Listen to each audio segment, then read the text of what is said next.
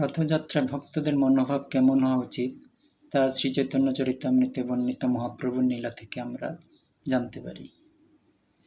মহাপ্রভু জগন্নাথ দেবকে রথেও পরিদর্শন করে দণ্ডবোধ করি প্রভু জুড়ি দুই হাত, স্তুতি করে দেখি জগন্নাথ। মহাপ্রভু জগন্নাথ দেবকে রথ পরিদর্শন করে স্তুতি করতেছেন, জয়তি জয়তি দেব দেবকী নন্দন শো, জয়তি জয়তি কৃষ্ণ বৃষ্ণিবংশ প্রদীপ, জয়তু জয়তু মেঘ শ্যামল কোমলাঙ্গ, জয়তু জয়তু পৃথিবী ভারনাশ মুকুন্দ। মহাপ্রভু দুই হাত জোর করে জগন্নাথ দেবকে প্রণতি নিবেদন করতেছেন। মহাপ্রভুর নেত্র যেন ভ্রমর যুগল, গাঢ় তৃষ্ণায় প্রিয়ে শ্রীকৃষ্ণের বদন কমল। মহাপ্রভু রথপরি জগন্নাথকে দর্শন করে ভ্রমর যেভাবে কমল মানে পদ্মফুল থেকে মধু আস্বাদন করে, ঠিক মহাপ্রভুর নয়ন যেন ভ্রমর যুগল, গাঢ় তৃষ্ণায় প্রিয়ে শ্রীকৃষ্ণের বদন কমল। তিনি মহাপ্রভুর নেত্র ভ্রমরের সাথে তুলনা করেছে। ভ্রমর আর জগন্নাথ দেবের মুখপদ্মকে কমলের সাথে তুলনা করা হয়েছে। মহাপ্রভু সেইভাবে ভ্রমরের মতো ঢোকে ঢোকে শ্রীকৃষ্ণের রূপ সৌন্দর্য পান করতেছেন। হ্যাঁ, তারপর আনন্দে উদ্দোলিত হয়ে নৃত্য কীর্তন করতেছেন জগন্নাথ দেবকে রথ পরিদর্শন করে। কিছুক্ষণ এভাবে নৃত্য করার পর মহাপ্রভু ভাবান্তর এলো। মহাপ্রভু রাধারানীর ভাবে ভাবিত হয়ে এখন জগন্নাথ দেবকে দর্শন করতেছেন। পূর্বে জয়ছে কুরুক্ষেত্রে সব গোপীগণ, শ্রীকৃষ্ণের দর্শন পাইয়া আনন্দিত মন। মহাপ্রভু সেই নীলা ভাবতেছেন যে কুরুক্ষেত্রে যখন কৃষ্ণ সূর্যগ্রহণের সময় তীর্থস্নানে আসছিলেন, তখন ব্রজবাসীরা সেই খবর শুনতে পেয়ে তারাও শ্রীকৃষ্ণকে দর্শন করার জন্য কুরুক্ষেত্রে তীর্থস্নানে গিয়েছিলেন। কৃষ্ণ বিরহে ব্রজবাসীরা জ্বলে যাচ্ছিল, 100 বৎসরের বিরহ, আর কৃষ্ণ এখন কুরুক্ষেত্রে আসতেছে। তাই ব্রজবাসীরা কৃষ্ণকে এক পলক দেখার জন্য কুরুক্ষেত্রে গেলেন। তো সেখানে রাধারানী সহ সব সখীরা শ্রীকৃষ্ণকে রথ পরিদর্শন করতেছেন। তখন রাধারানী এত আনন্দিত, এত বৎসর পর শ্রীকৃষ্ণের দর্শন পেয়েছেন। কিন্তু দর্শন পেলেও তার মন আনন্দিত, কিন্তু কেন যেন তিনি সুখ পাচ্ছেন না। রাধারানী বলতেছেন, সেই তুমি সেই আমি সেই নবসঙ্গম, তথাপি মোর মন হরে বৃন্দাবন। রাধারানী কৃষ্ণকে আনন্দিত, কিন্তু কেন যেন তিনি বৃন্দাবনকে মিসিং করতেছেন। বৃন্দাবনের তোমার সাথে যে সুখ আস্বাদন, সেই সুখ সমুদ্রের ইহা নাহি এক কণ। হ্যাঁ, বৃন্দাবনে তোমার সাথে আমার যে সুখ আস্বাদন হতো, তার এক কণাও এখানে কুরুক্ষেত্রে আমি তোমাকে দেখে পাচ্ছি না। কারণ কি, ইহা লোকারণ্য, হাতি ঘোড়া রথধ্বনি, উহা পুষ্পারণ্য, ভৃঙ্গ পিক নাদ শুনি। যে এখানে লোকারণ্য কুরুক্ষেত্রে, আর ওখানে কি পুষ্পারণ্য আর পাখিদের পূজন, আর এখানে হচ্ছে হাতি ঘোড়া রথের ধ্বনি। তাই আমি আনন্দ পাচ্ছি না প্রভু। ইহা তোমার রাজবেশ, সঙ্গে সব ক্ষত্রিয়গণ, উহা গোপবেশ আর কি মুরলী বাদন। যে এখানে তোমার রাজবেশ আর সঙ্গে সব ক্ষত্রিয়রা, কিন্তু বৃন্দাবনে তোমার হচ্ছে গোপবেশ। তাই প্রভু, এখানে আমি সেই সুখ আস্বাদন করতে পারতেছি না। আমার লইয়া পূর্ণ নীলা করো বৃন্দাবনে, তবে তো মোর বাঞ্ছা হয়তো পূরণে। আমার নিয়ে তুমি বৃন্দাবনে আবার সেই নীলা করো, তবে তো আমার বাঞ্ছা পূরণ হবে। রাধারানী কৃষ্ণকে দর্শন করে এইভাবে বৃন্দাবনে যাওয়ার জন্য আহ্বান করতেছেন।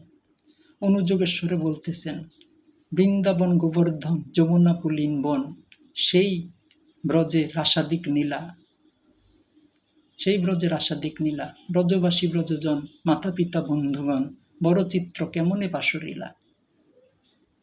রথে শ্রীকৃষ্ণকে দর্শন করে রাধারানী বলতেছেন যে, বৃন্দাবন গোবর্ধন ব্রজবাসী জন মাতা পিতা বন্ধুগণ কেমনে ভুলে গেলে প্রভু।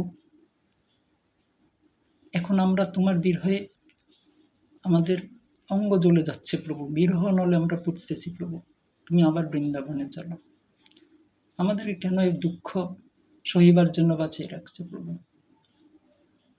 কিছুক্ষণ পরে রাধারানী বলতেছে, না জ্ঞানী আপন দুঃখ, আমি আমাদের দুঃখ গমতেছি না, দেখি ব্রজেশ্বরীর মুখ, ব্রজবাসীর হৃদয় বিদরে।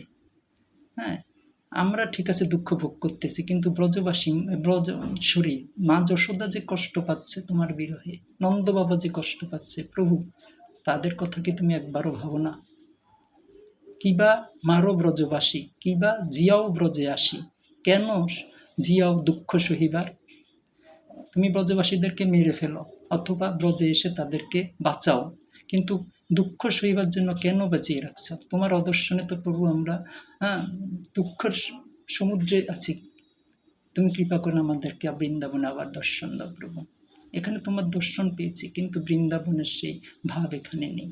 কৃপা করে তুমি বৃন্দাবনে তোমার চরণ উদয় করাও, তোমার চরণ উদয় করাও। ইহা তোমার অন্য বেশ, অন্য সঙ্গ অন্য দেশ, ব্রজজনের কবু নাহি ভাই, ব্রজভূমি ছাড়িতে না রে, তোমা না দেখিলে মরে, ব্রজজনের কি হবে উপায়? যে তোমার এখানে অন্য সঙ্গ অন্য বেশ, এতে আমাদের মন ভরতেছে না, আমরা ব্রজভূমি ছাড়তেও পারতেছি না, বা তোমাকে ভুলতেও পারতেছি না, এখন আমাদের কি উপায়? কৃপাদ্র তোমার মন, আসি জিয়াও ব্রজজন, ব্রজজনের নাহিতে উপায়। তুমি তো অনেক কৃপালু প্রভু, তুমি ব্রজে এসে আমাদেরকে জিয়াও, ব্রজজন তোমার ছাড়া কেউ নেই। মহাপ্রভু এইভাবেই জগন্নাথ দেবকে দর্শন করতেছেন, রাধারানীর ভাবে বিভোর হয়ে, আর গুন্ডিচা মন্দিরের দিকে টেনে নিয়ে যাচ্ছেন। গুন্ডিচা হচ্ছে এখানে আসলে বৃন্দাবন, হ্যাঁ, আর পুরী মন্দির হচ্ছে দ্বারকা। এখানে ঐশ্বর্য সেবা শ্রীকৃষ্ণের। আর রথে জগন্নাথকে কোথায় নিয়ে যাচ্ছে? গুন্ডিচা মন্দির, অর্থাৎ বৃন্দাবনের দিকে নিয়ে যাচ্ছে। মহাপ্রভু এইভাবে রাধানী ভাবিত হয়ে জগন্নাথ দেবকে বৃন্দাবনের দিকে নিয়ে যাচ্ছেন। তো মহাপ্রভুর এই লীলা থেকে আমাদের এই শিক্ষাই নিতে হবে যে আমরা যখন রথে অংশগ্রহণ করব, আমাদের এই ভাব, হে প্রভু, তোমার থেকে আমরা বহু দূরে, we are far far away from you, আমরা অনেক অনেক দূরে প্রভু, তোমার সেবা থেকে বঞ্চিত। এখন তুমি কৃপা করে রথপুরী আমাদেরকে দর্শন দিয়েছ প্রভু। হ্যাঁ, বহুজনই ভ্রমিনাথ লইনু শরণ, এখন আমরা বহুজনই ভ্রমণ করে এখন তোমার শরণ গ্রহণ করছি। ভুলিয়া তোমারে কত দুঃখ পাচ্ছি প্রভু, তুমি আমার আসো, এই মন মন্দিরে আসো, এই হৃদয় সিংহাসনে তুমি বসো। এইভাবে জগন্নাথ দেবকে হৃদয় আকুলতার সাথে টেনে আনতে হবে, জগন্নাথ দেবকে হৃদয় আসনে বসানোর জন্য প্রার্থনা করতে হবে। হ্যাঁ, নিজের সমস্ত শক্তি দিয়ে ভগবানকে আহ্বান করতে হবে, প্রভু আসো, মোর মন বৃন্দাবন।